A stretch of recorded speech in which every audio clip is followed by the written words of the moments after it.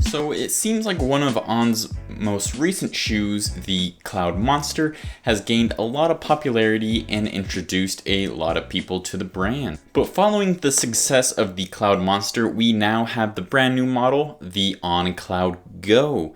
Is this essentially a On CloudMonster Mini? Well, after running in it in the past week, I'm ready to give you my first impressions and see how it compares. A real quick disclaimer is that On did provide the shoe to me for the purpose of review, but that does not influence anything I'm about to say, so let's go ahead and jump into the specs. So the stack height for the shoe I'm not 100% sure on, but I do know it has an 11mm heel-to-toe drop, and it comes in for 9 ounces and a men's 8.5. And I put the shoe in the everyday trainer category. Alright, so now let's talk about what's new in the shoe overview. So the upper has a decent amount of padding and is made from a polyester mesh with around 90% recycled materials.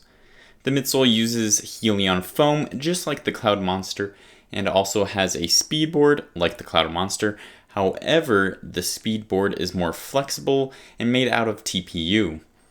The speedboard is also positioned further away from your foot.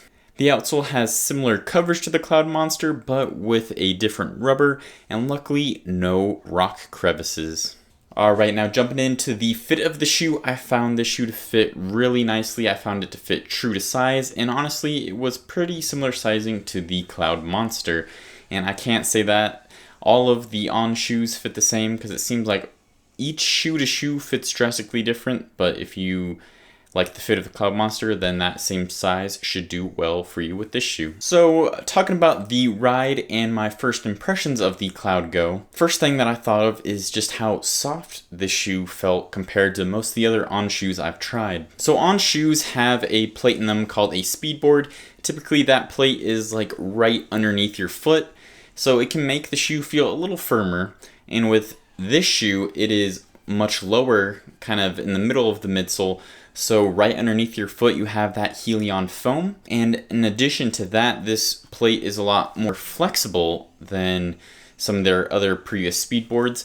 So I think that combination of a more flexible speedboard with the softer foam right underfoot just makes this shoe feel really soft compared to some of their other models. So the upper has a decent amount of padding. It makes it comfortable enough to be an everyday trainer. There's nothing really getting in the way, no rubbing or anything like that. The outsole does have a decent amount of coverage, but I am seeing a little bit more wear quicker than I have in like the CloudMonster or the CloudStratus 2, and a little bit the exposed foam's kind of rubbing down, so that's a little concerning, but this is, you know, 40 bucks cheaper than a lot of their other shoes, so I guess they had to make some sacrifices somewhere. But overall, this shoe has a really smooth ride. It doesn't have a super exaggerated rocker like the CloudMonster, just a little bit in the forefoot.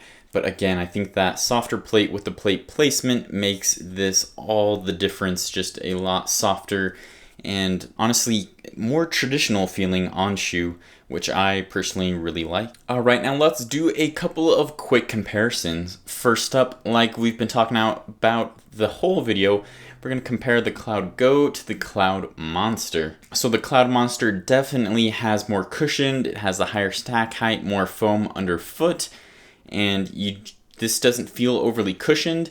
It is softer, but not as cushioned.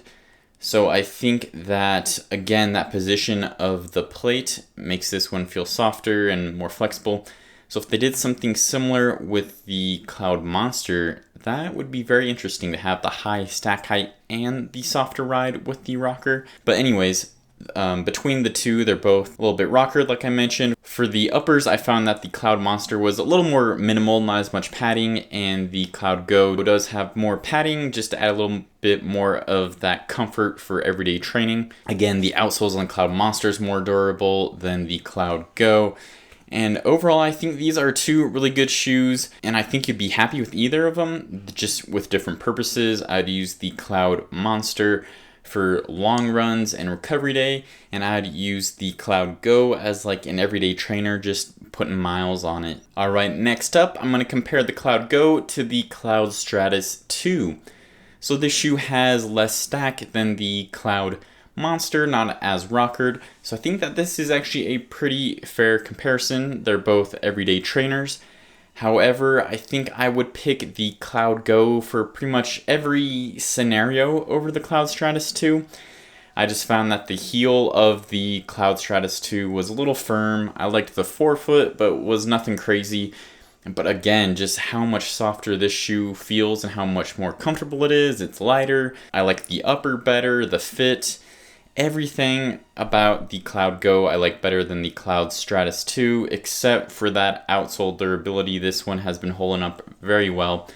But I don't know, and especially with the price, the CloudGo is like 30 bucks cheaper than this shoe, so I don't really see a purpose to have this if you pick up the CloudGo. So like I mentioned, this shoe does come in at $140, which is cheaper than a lot of the other On shoes, and I do think that it's kind of on par to a lot of other daily trainers kind of in this category.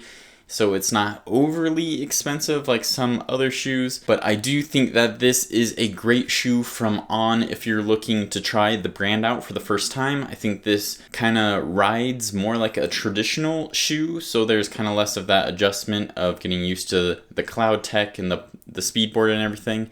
So I think this is a good option for people looking to get into the brand, or if maybe the CloudMonster was your first On shoe, I think this is a great companion to that shoe.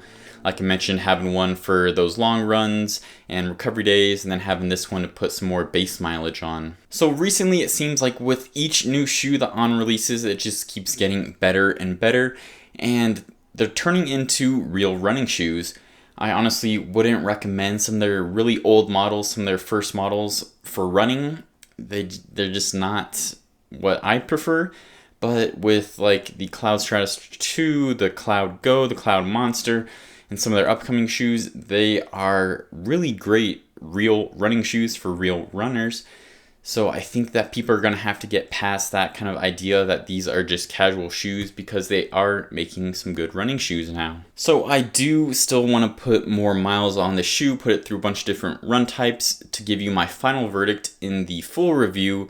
But as far as the question of if this is a CloudMonster Mini, I think no, but yes. No, because it is softer and not rockered, so it doesn't have a lot of that DNA of the CloudMonster. But yes, in the sense that it's a real running shoe that is in a lighter, smaller package. So make sure you subscribe so you don't miss my full review of the shoe and the other videos I have coming up. Thanks for watching, and as always, keep on running.